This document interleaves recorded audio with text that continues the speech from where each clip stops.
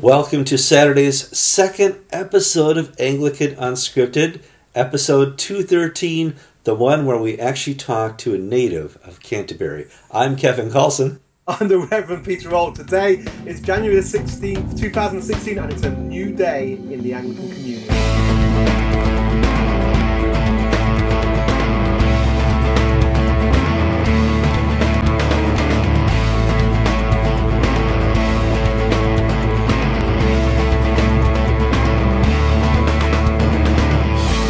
Okay, Peter, here at your offices, I got to visit them the other day, and people only see half the clutter. That's not all the rest is this side of the camera. I'm working through it slowly. Yeah, thanks for that. No, I have a cluttered office, but I keep it all off camera. Yeah, I see. I'm open and honest and transparent, and that's why I'm a reconciler. You are.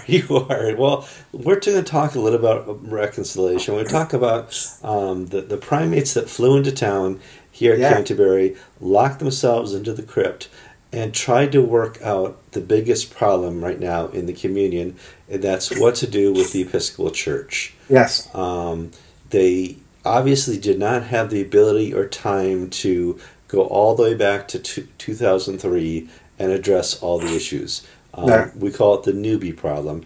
The only people who really know all that history are people like you, your brother, bloggers, and some news people. Even the Archbishop of Canterbury was just a priest at the time. Sure, okay. Absolutely. So we can't really fix old history. We got to this point not because the primates failed. No, we got to this point, and I'm going to say something dangerous, and some of my more, less sound friends here in Church of England are not going to like this. We got to this point because Rowan Williams, the previous Archbishop of Canterbury, betrayed the primates. Mm-hmm. He didn't follow through on Dar es Salaam, on Windsor, on all those kind of things. And that's why we got to where we are. Okay. And now we have a new Archbishop, Justin Welby, who spent 2 years traveling the world, meeting with the primates, and got the band back together. Yeah, so, yeah, absolutely. And this is what I think people need to recognise when they're working through their emotions of what the outcome was from this meeting. Essentially, we needed to start again. Mm-hmm. As much as I would love to see tech disciplined under the Dar es Salaam Accords and the Windsor process go through properly and so on, that game was dead.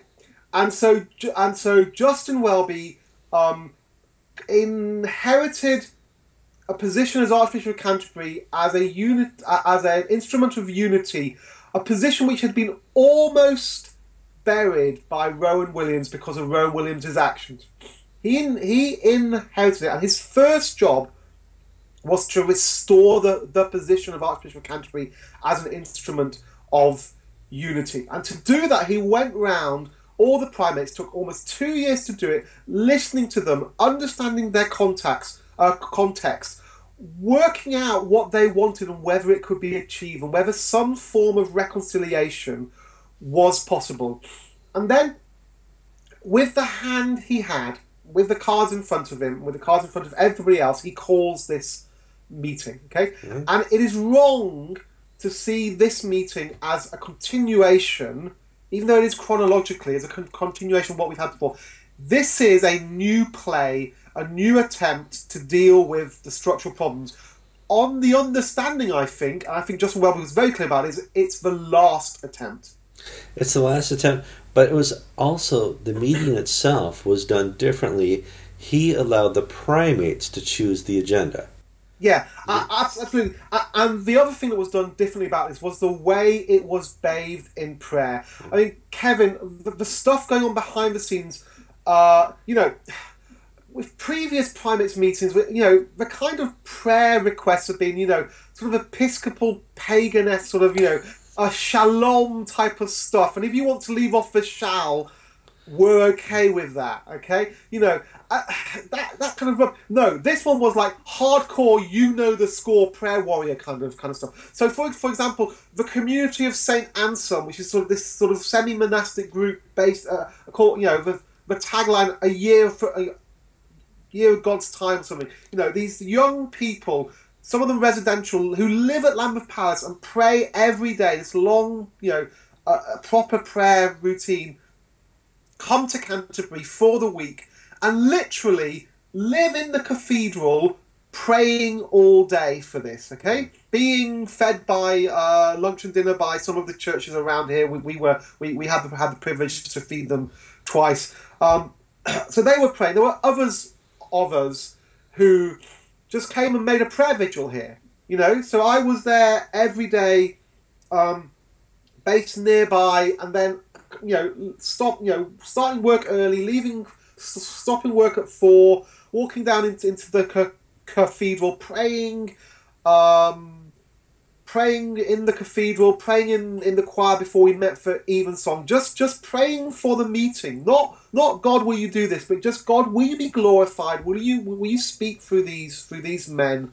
Will you show them your truth? Will you achieve unity if unity is possible without compromising on your truth?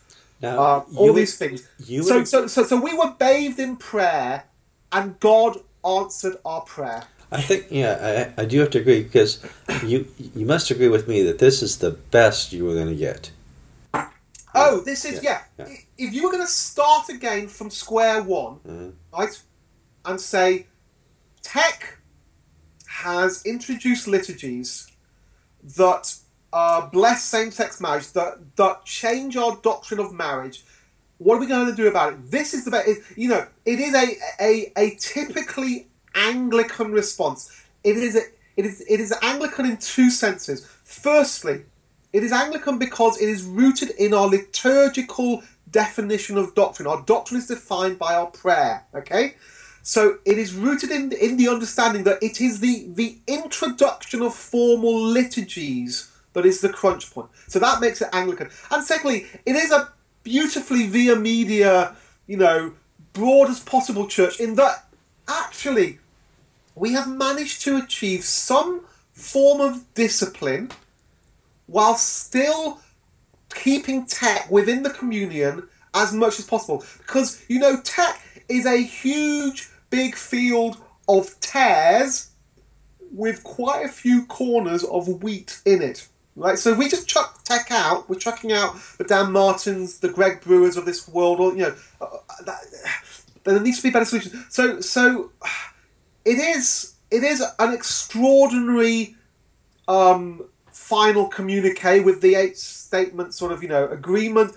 It is, as you said, it is the best that we could have. It's more than I hoped for.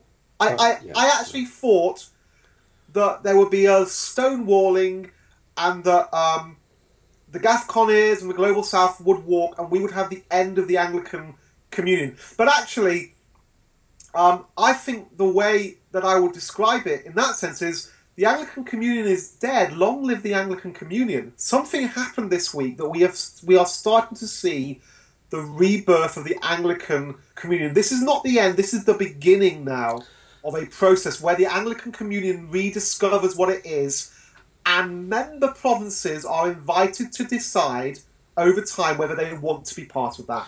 Yeah, it's interesting because Archbishop Gomez said many years ago, this has torn the fabric of the communion. And at that point, essentially there was no Anglican communion. And I'm not going to say that it's been fully repaired, but stitches are being applied to the fabric. It's being mended back together. Yeah, and like any patchwork tapestry, what is being made is not the same as what we had before. Mm-hmm. And I think the strength of Justin Welby this week is that he has understood that, whether he has understood that intellectually, politically, spiritually, he has understood that, and he has listened to God like all the other prophets has, and he has seen where the Spirit is moving. Okay? The Spirit does not say to 3 people out of 100, this is the truth, and to the other 97, no, something opposite is the truth. Okay, that is not that my liberal Episcopalians listening to this now. That is not how the Spirit works. He does not say to 3 people, this is the truth, and to 97 others, it's something completely different. That is not how the Spirit has spoken through the church, in council, in the past. It's not how He's going to do it in the future. We have discovered, I think, this week, the emergence of how to re-establish Catholicity in the Anglican communion. Well, and it is a glorious moment. It's a glorious moment. I'm watching the Episcopal Church going through the kind of the 7 stages of grief. The first one being, you can't do that. Yes. Well, no, we have to go back to, you can't do what you did. Well, this is it. People say the Archbishop of Canterbury, the primates don't have the authority to order this. They don't have the influence to do this. I say authority is as authority does. Influence is as influence does. Mm-hmm. These men are our patriarchs. Sure, and these men are the church in council. From 1998 on, all these men begged you in open letter form not to do what you were going to do. Yeah. And you did it anyway. And this is, quote unquote, the consequences for that. What I don't see is an official way to be unconsequential. Is the consequence just going to, in 3 years' time, come on back? Well, I think yeah. I mean that's a great challenge, but you assume that's how it's going to end. We don't know. So we've got 3 years now to see what this committee does, to see what the ACC does, because I'm telling you, Kevin, that's where the action will be next. Okay, to see what happens now. We are at the start of a new game, and it could all go horribly wrong again. But I'm a great optimist. I trust that God is doing a good thing here. And sometimes, you know what? Sometimes God lets things go a little bit screwy in order for us to realise what we need and who He is and what He can provide us. So yeah, and it's also really interesting what this means for the Church of England. Okay, because we are a year away or so from having a synodical debate about what we're going to do about homosexuality. Will we have same-sex liturgies at all? You know what? This kills that, because the moment that the Church of England says, oh, actually, we want to formalise and permit liturgies to bless same-sex relationships, the GAFCON and the Global South are going to call a primates meeting and throw us out. And interesting enough, you weren't at the press conference yesterday, did you? I wasn't. I was busy working. Did you get to see it? I saw it on the train coming back. Yeah, I saw the high production values. Okay. Did you see the first 42 questions were about what? The first 42 questions were all about process and consequences and blah blah blah. Well, they were about how could you betray the LGBTYZ? Oh right, see that? Yeah. But he hasn't. Right now, England has felt betrayed. No, I don't think it does. You should have seen my social media. No, the Liberals feel betrayed. Okay. The Liberals approach this thinking, GAFCON and the Global South are going to throw their toys out of the pram, storm off. They're going to go. We're here. We will then be the core of the Anglican Communion in our lovely liberal heretical mess, right? Mm-hmm. And the opposite happened.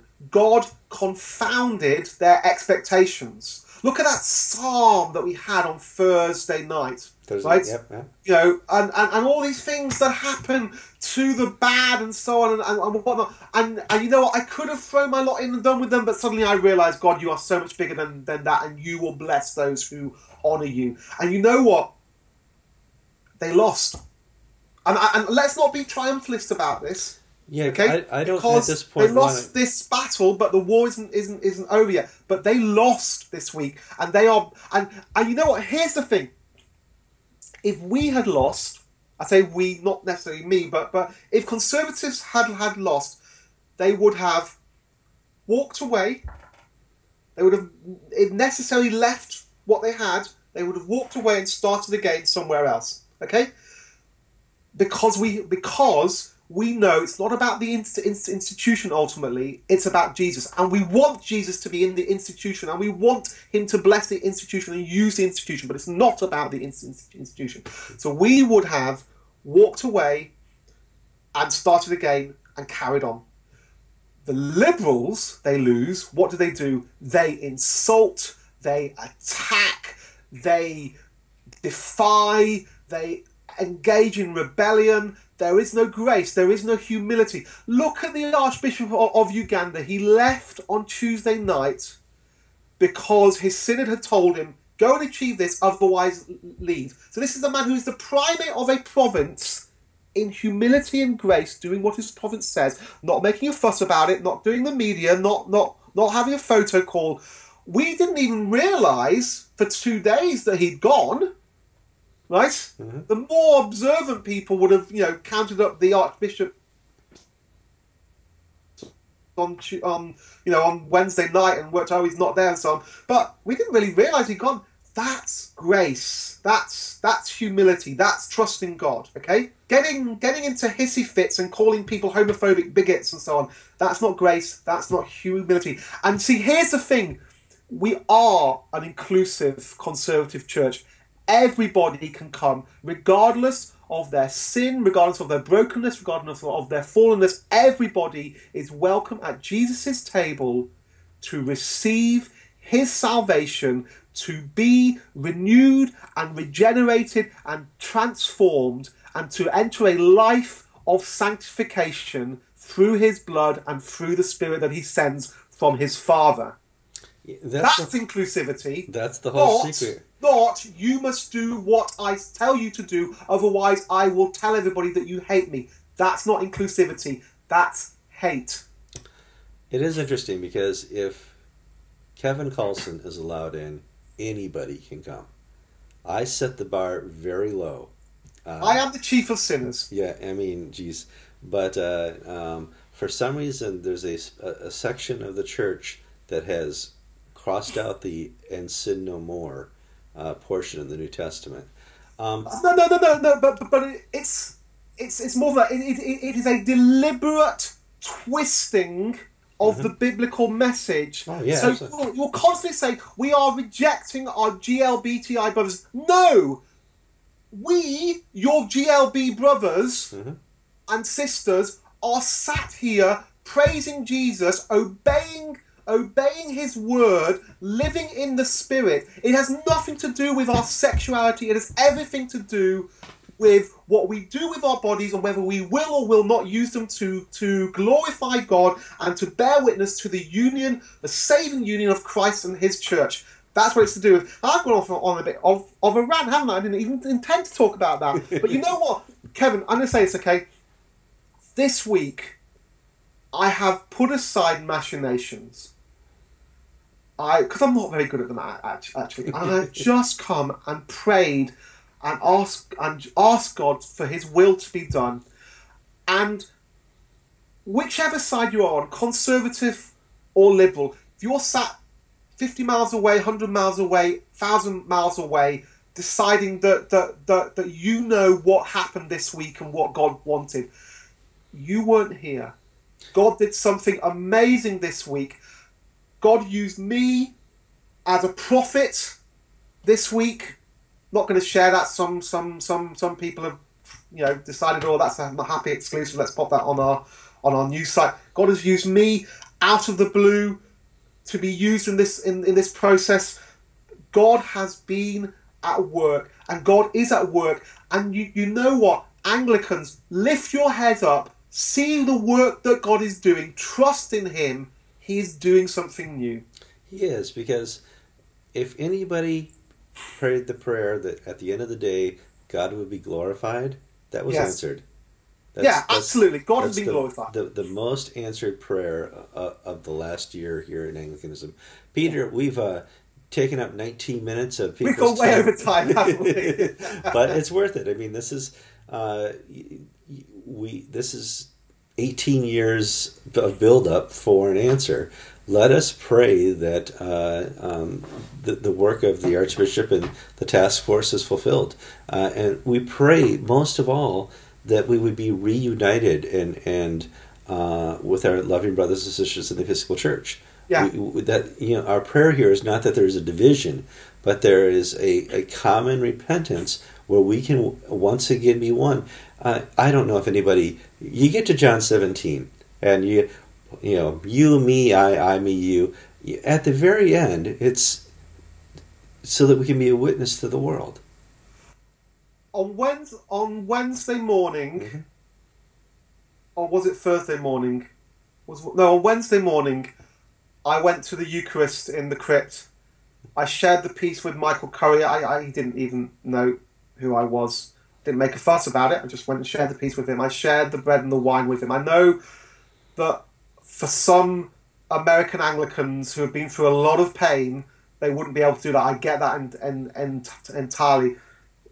I would love us to be in a position where in 5 years' time, 4 or 5 years' time, when we come back to the Lambeth Conference here in Canterbury, that Michael Curry is there, and that I could stand at a Eucharist, given what has happened in the 3 or 4 years between now and then, be at a Eucharist with him and do the same again with integrity.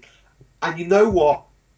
God has done an amazing thing this week, and that's just 5 days. Oh, absolutely. And, we live in that reality. Do we take Eucharist or not? I always have the understanding that if Jesus could have Eucharist with Judas, I can have Eucharist with just about anybody. As long as the celebrant is Orthodox. Oh no! Now we're going to get accused of being donatists. No, because Jesus was the Orthodox one at his at the initial one. Peter, I want to thank you for your time. People don't know this, but you're my ride to the train station. I am your ride to the train station. What time can you be here? I don't know. We'll sort it out. Well, we'll work it out. Peter, because thank you very all much. The people watching want to know what time your train is, right? I'm Kevin Carlson. I'm the Reverend Peter Auld. Thank you so much for being with us this week in Canterbury. That was perfect.